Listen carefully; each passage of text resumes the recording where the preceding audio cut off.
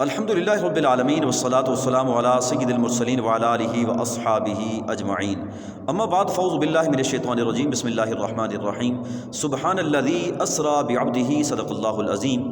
اللہ تعالیٰ کے عطا کردہ توفیق سے ہم فلسفہ معراج النبی صلی اللہ علیہ وآلہ وسلم کے ایک اور سیشن میں آپ حضرات کے سامنے حاضر ہیں۔ اللہ تبارک و تعالیٰ نے نبی پاک صلی اللہ علیہ وآلہ وسلم کے معجزہ معراج کا ذکر کرتے ہوئے ارشاد فرمایا، پاک ہے وہ ذات جس نے سیر کرائی اپنے عبد خاص کو۔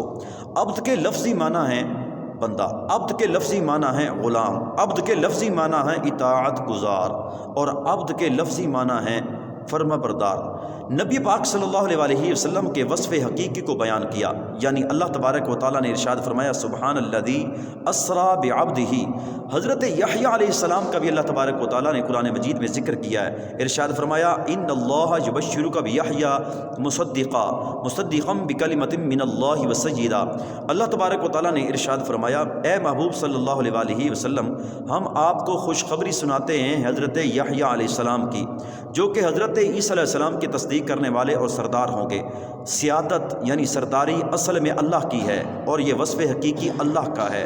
سرداری اللہ تعالیٰ کی ذات کے لیے ہے، اور ملکیت بھی اللہ کی ذات کے لیے ہے۔ اس کائنات کے اندر اللہ نے اگر کسی کو کسی علاقے کا سردار بنایا ہے یا کسی چیز کا مالک بنایا ہے تو وہ مجازی معنی کے اندر ہیں، یعنی وہ مجازی مالک ہے۔ لیکن حضور علیہ الصلوۃ والسلام کے یہاں معراج کی باری آئی تو اللہ تبارک و تعالیٰ نے ارشاد فرمایا سبحان الذی اسری بعبدہ۔ حضور علیہ الصلوۃ والسلام کے وصف حقیقی یعنی عبد ہونے کو، بندہ ہونے کو بیان کیا۔ اللہ تبارک و تعالیٰ کو یہ لفظ عبد بہت پیارا ہے۔ حضرت امام فخر الدین رازی رحمۃ اللہ تعالیٰ علیہ تفسیر کبیر کے اندر اپنے والد گرامی سے نقل کرتے ہیں کہ جب معراج کی رات نبی کریم صلی اللہ علیہ وآلہ وسلم رب کی بارگاہ میں حاضر ہوئے تو اللہ تعالیٰ نے یہ سوال کیا کہ اے محبوب صلی اللہ علیہ وآلہ وسلم، یہ بتائیے ہم نے آپ کو اتنی بلندی کیوں عطا کی؟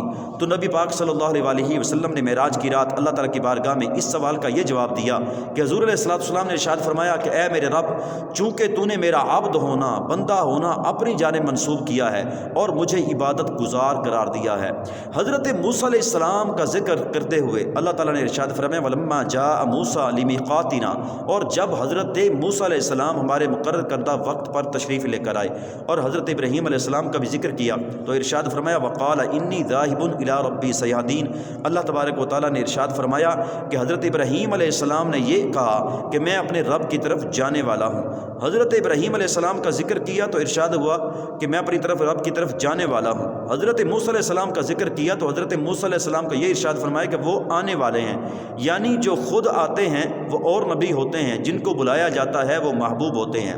حضرت موسیٰ علیہ السلام نے اللہ تعالیٰ کی بارگاہ میں عرض کی کہ اے میرے کریم رب، مجھے اپنا دیدار کرا، تو آگے سے جواب یہ ملا قال لن ترانی، اے محبوب، اے موسیٰ، تو میرا دیدار نہیں کر سکتا، تو مجھے نہیں دیکھ سکتا۔ لیکن جب محبوب علیہ الصلوۃ والسلام کی باری آئی تو اللہ تبارک و تعالیٰ نے خود لامکانوں پر بلا کر بلا حجاب اپنا دیدار عطا کیا۔